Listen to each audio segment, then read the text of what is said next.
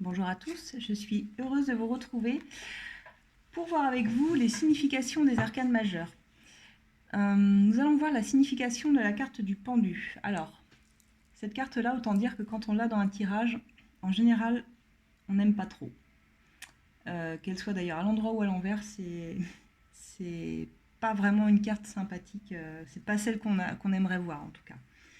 Donc cette carte du pendu, on voit cet homme suspendu par les pieds, la tête en bas, et on nous dit qu'il s'agisse de s'abandonner, c'est-à-dire de lâcher prise, hein, c'est une carte de lâcher prise, de laisser aller de toute façon, ou qu'il s'agisse d'abandonner quelque chose, c'est-à-dire il y a un sacrifice à faire, on doit renoncer à quelque chose, parce que la situation révélée par le pendu, elle implique toujours une apparente passivité, une suspension, un arrêt.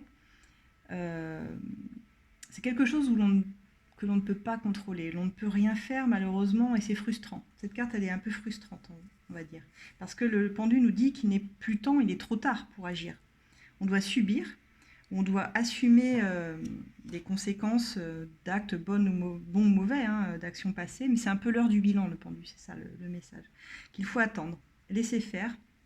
Quelles que soient les circonstances, si on accepte d'être cette carte, le pendu, c'est-à-dire de vivre en suspens, alors l'heure viendra sûrement où nous pourrons rétablir la situation. C'est une carte de blocage, bien sûr, mais passagère. On ne reste pas dans une carte de pendu toute sa vie.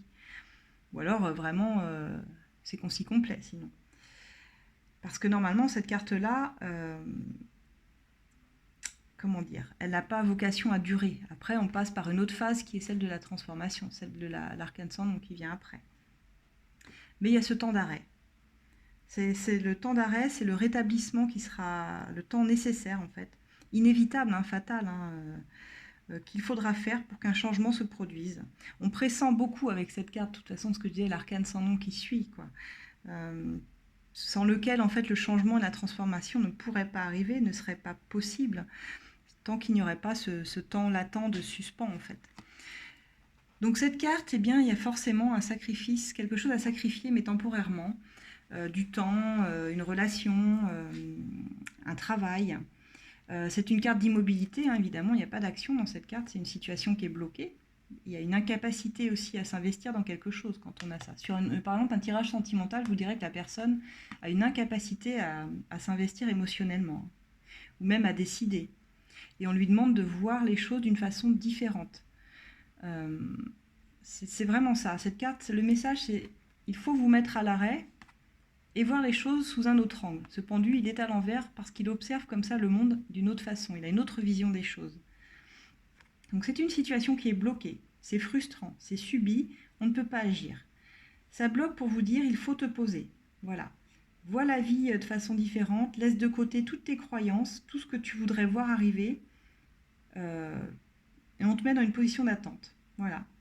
Il faut réviser aussi ses façons de penser, de voir le monde. C'est une carte de transition, hein, on est entre deux, c'est un peu la salle d'attente, hein, cette carte-là. Hein. On est forcé à voir la vie différemment. Et là, on n'a pas le choix. On n'a pas le choix, on est entre deux, voilà, entre deux salles. Et là, c'est la salle d'attente, quoi. Donc, il y a quelque chose qui bloque. Donc, si c'est une relation sentimentale, c'est-à-dire que si la personne en face de vous n'est pas prête, ou vous n'êtes pas prêt, vous devez accepter les choses telles qu'elles sont, parce que dans un couple, pour l'un des deux, il y aura une incompréhension, par exemple.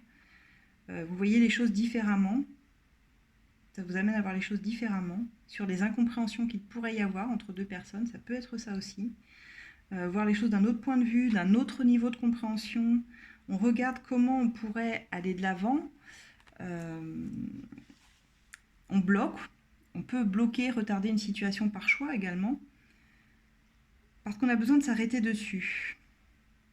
Donc il faut profiter de ce temps d'arrêt, il ne faut pas voir cette carte comme étant 100% négative, même si elle est frustrante, hein, je sais bien, mais de toute façon, comme on ne peut pas agir, il faut en profiter de ce temps d'arrêt pour avoir une prise de conscience.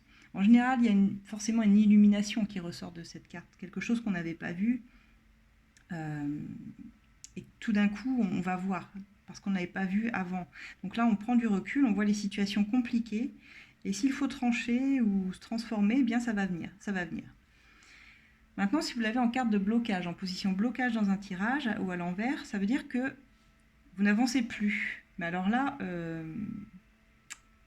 c'est encore plus puissant que le pendule, le message si elle est en blocage. C'est-à-dire que quoi qu'il arrive, vous n'avancez plus. Et donc, il faudra apprendre à être patient, à ne pas agir, à prendre du temps pour réellement méditer, pour vous ouvrir l'esprit différemment plutôt que d'essayer à tout prix de débloquer une situation. Voilà. Plutôt que de se focaliser sur comment je pourrais débloquer cette situation, non.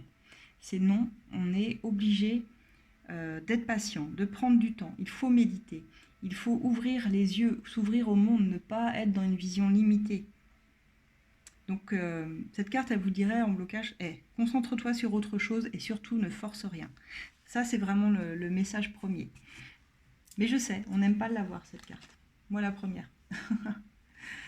Parce qu'elle n'est pas très agréable, effectivement. Tous les temps où on est bloqué comme ça dans l'inaction sont forcément des latences qui sont difficiles à vivre. Donc voilà pour la carte du pendu. Je vous retrouve tout de suite pour la signification, l'interprétation des autres cartes majeures.